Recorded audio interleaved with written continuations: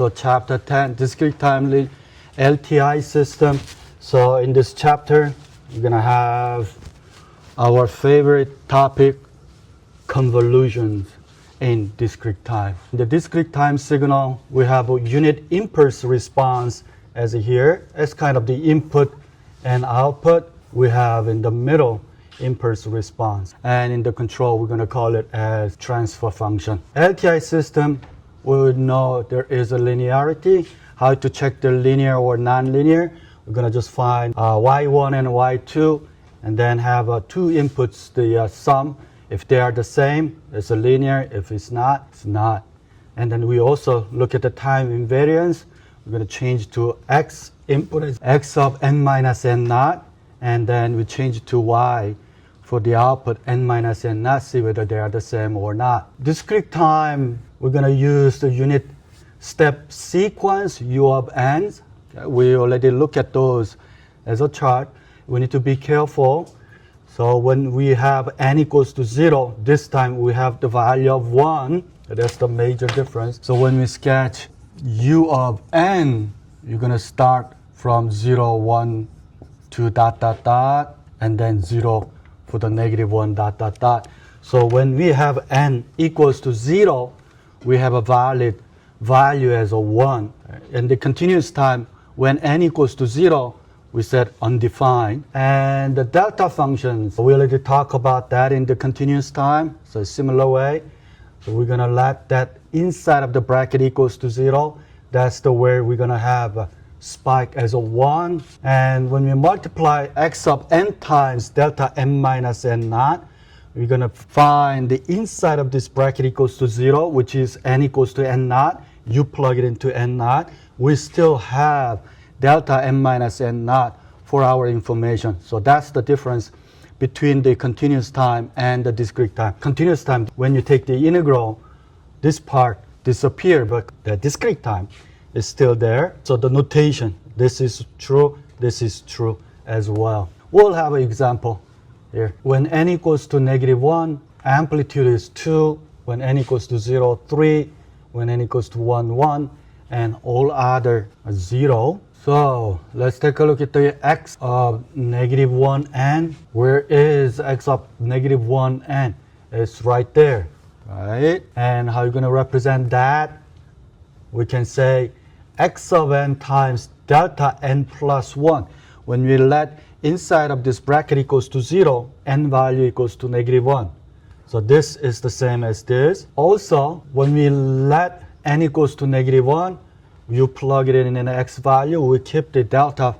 So that's the same. Also, if you want to put the amplitude, we can say this value, the amplitude, is whatever in the graph, and when n equals to negative 1, all others is going to be 0. And you can actually plug amplitude in x of negative 1 as well. Let's take a look at x of 0. So similar way, x of 0, x of n times, what will be the delta function this time? Delta of what? N. Okay. X of n times delta n, because it's 0. So x of 0 delta n, and the actual value, we can put 3 right there. We have one more value out there, which is 1. X of 1. So this time x of n times delta n minus 1. And also x of 1 times delta n minus 1.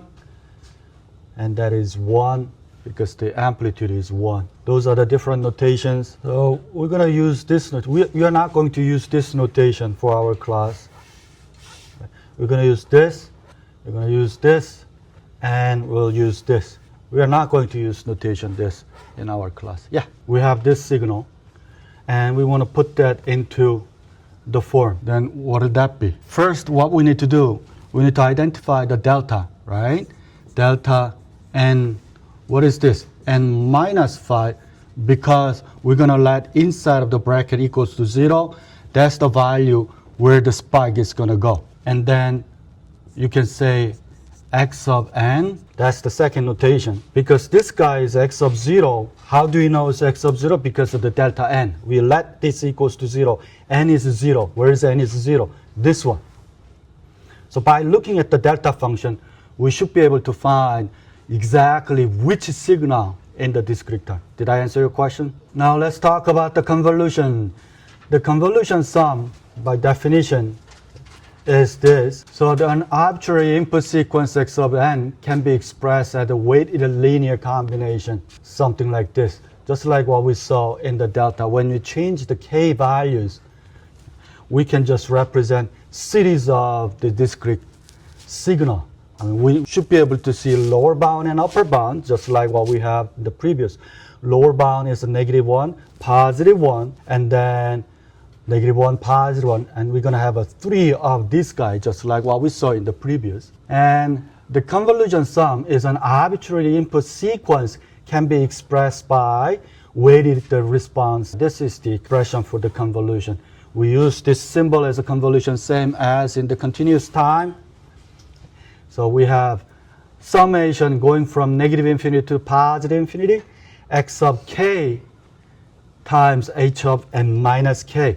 Notice our variable is the k, just like what we have in the tau in the continuous time. After we do the convolution, we have t minus tau. Okay, tau was our variable. Similarly, we can switch this around, still be the same. If we have finite lower bound and upper bound, if you have a solid number lower bound, upper bound, we got finite impulse response. But if you have 0 to n infinite impulsive response, it's called IRR. So we have two properties. When we have series of the convolutions, whenever we add these two, it should be equals to n. That makes sense. When you add these two, k and k will cancel out. You're going to have a x of n. And also y of n is a delta n, the convolution of h of n is h of n. And if you have different values of the delta, you need to let that equals to 0, okay? And then plug it in there for the convolution. And for the multiplication that we saw, we still have the delta n minus n naught. But for the convolution, we don't see the delta function anymore. So it's going to disappear in the convolution. Okay, so let's do some examples. So let's say, consider the system in the figure. We need to find its impulse response h of n if x of n equals to delta n. And d stands for the delay. So x of n is going through one delay. After one delay, what will that be? X of n minus 1. Okay, so that's the delay. And then after second delay, x of n minus 1 through another delay, it's going to be x of n minus 2. So x of n minus 1, x of n minus 2, they're all going into the summation. And then we're going to multiply 1 over 3 to produce output y of n. So y of n equals 1 over 3 times x of n plus x of n minus 1 plus x of n minus 2. So then the impulse response y of n equals to h of n. And that is 1 over 3. What is x of n? Delta n. So 1 over 3 delta n minus 1, and delta n minus 2. Now we have h of n as 1 over 3 delta n plus delta n minus 1 plus delta n minus 2. Now we're going to plug in some numbers. So h of 0, so we let n equals to 0. Then we have 1 over 3 delta 0 minus 1, delta 0 minus 2. So delta 0 is the only one we have as a 1. So it's going to be 1 over 3. And if you plug in 1, the middle one is the delta 0, that's the 1. And if you plug in delta 2, the third one is 1. And the rest, any other h of n value is going to be all 0 because there's no delta n anymore there. Because by definition, all others is zeros. So h of n is now 1 over 3 for n equals to 0 to 2. Otherwise, all 0. Good question. So if we do h of 3, we have 1 over 3 and then delta 3, delta 2, delta 1. So basically it's from that diagram n minus 1, n minus 2. But by definition, delta 0 equals to 1 and all others 0. So if you calculate any other numbers other than 0, 1, 2, there's no delta 0 inside of this bracket. Therefore, we don't have anything. Let's do one more. We have input sequence. We found h of n as 1 over 3 delta n plus delta n minus 1 plus delta n minus 2. We just did that. Now this time, you are given x of n. X of n, 0, 3, 4.5, 6. And we have an underline at 0. That means that's the 0. So we can also rewrite that as 3, 4.5, 6 when n equals to between 1 and 3. Because we know when n equals to 0 is a 0. So x of n also can be write as 3 times delta n minus 1, 4.5 times delta n minus 2, 6 times delta n minus 3. We're going to use the convolutions, x of n, convolution h of n. What we're going to do, we're going to use the definition first, and then we'll do the graphical method, the plots, and then we'll also do the table method. So for the definition, x of n is given, h of n is given, the definition for the convolution in discrete time, summation k goes to negative infinity to the positive infinity.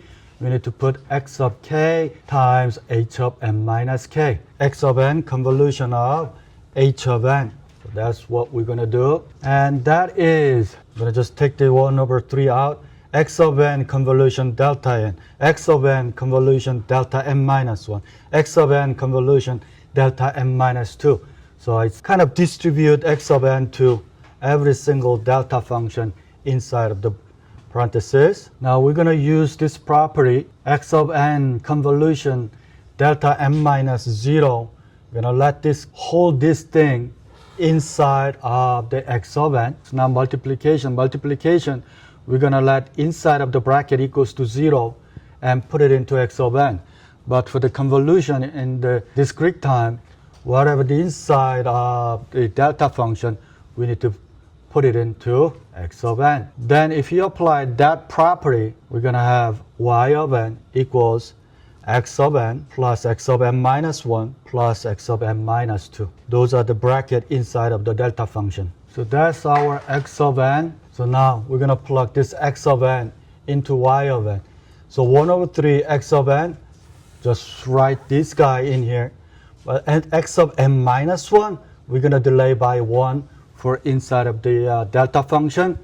So for x of n, we're going to write 1 over 3 delta n minus 1 plus 4.5 delta n minus 2 plus 6 delta n minus 3. For the n minus 1, we're going to make the delay by 1 unit. So 3 delta n minus 2, n minus 3, n minus 4. Similarly, for n minus 2, we're going to delay 1 more unit. So n minus 3, n minus 4, n minus 5. So now, once you get to this, we need to combine the same time delay. So I just use the color-coded. n minus 2, delta n minus 2 for these two, you just need to add. n minus 3, you need to add these 3 guys. n minus 4, these 2. And the result is going to be this.